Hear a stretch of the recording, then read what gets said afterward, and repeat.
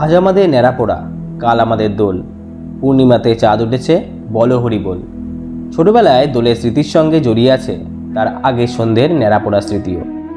বাঙালিদের কাছে যা ন্যাড়াপোড়া, অনেকটাই সেটাই অবাঙালিদের কাছে হোলিকা দহন। আজকে আমরা এই ভিডিওর মাধ্যমে জেনে নেব হোলিকা দহনের প্রথা কেন প্রচলিত হলো। বন্ধুরা, দোল উৎসব কেন পালন করা হয় এবং দোল ও হোলির মধ্যে পার্থক্য কী, এই বিষয়ে ভিডিওটি দেখার জন্য ডেসক্রিপশন বক্সে এবং আই বাটনে লিঙ্ক দেওয়া রইল, আপনারা অবশ্যই দেখে আসুন।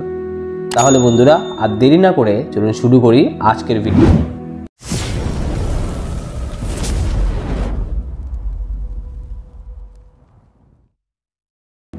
পুরাণে আছে, রাক্ষস রাজা হিরণ্যকশিপ তার প্রজাদের বিষ্ণুর পুজো অর্চনা করা বন্ধ করে দেন। অমরত্ব লাভের জন্য তিনি ব্রহ্মার তপস্যা শুরু করেন। তার তপস্যায় খুশি হয়ে ব্রহ্মা তাকে 5টি ক্ষমতা দান করেন।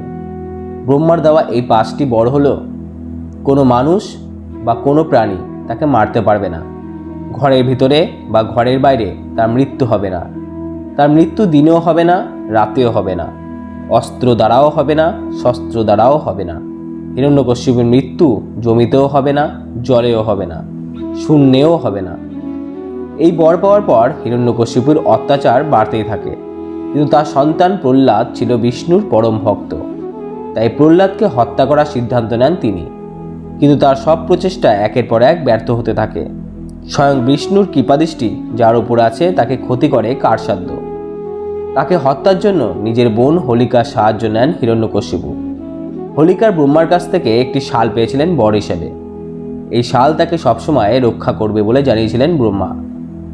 হোলিকা বলেন তিনি প্রহ্লাদকে নিয়ে আগুনের মধ্যে বসবেন, শাল থাকায় তার কিচ্ছু হবে না, কিন্তু প্রহ্লাদ পুড়ে ছাই হয়ে যাবে। কিন্তু যেই প্রহ্লাদকে নিয়ে হোলিকা আগুনে প্রবেশ করেন, তখনই গায়ের শালটি তার কাছ থেকে প্রহ্লাদের গায়ে গিয়ে পড়ে। তাই প্রহ্লাদের কিছু না হলেও পুড়ে ছাই হয়ে যান হোলিকা। এরপর কিভাবে নরসিংহ রূপ ধরে স্বয়ং বিষ্ণু এসে হিরণ্যকশিপুকে হত্যা করেন, সেও এক অন্য কাহিনী। কিন্তু হোলিকার মৃত্যু থেকেই শুরু হয় হোলিকা দহন প্রথা। আজও দোলের আগের দিন হোলিকা দহন করে মনের সব পাপ, অসুচি, লোভ, হিংসে পুড়ে ছাই হয়ে যায় বলে মনে করা হয়।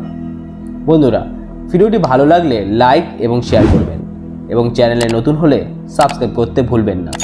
আজকের মতো এইটুকুই। সবাই ভালো থাকবেন। ধন্যবাদ।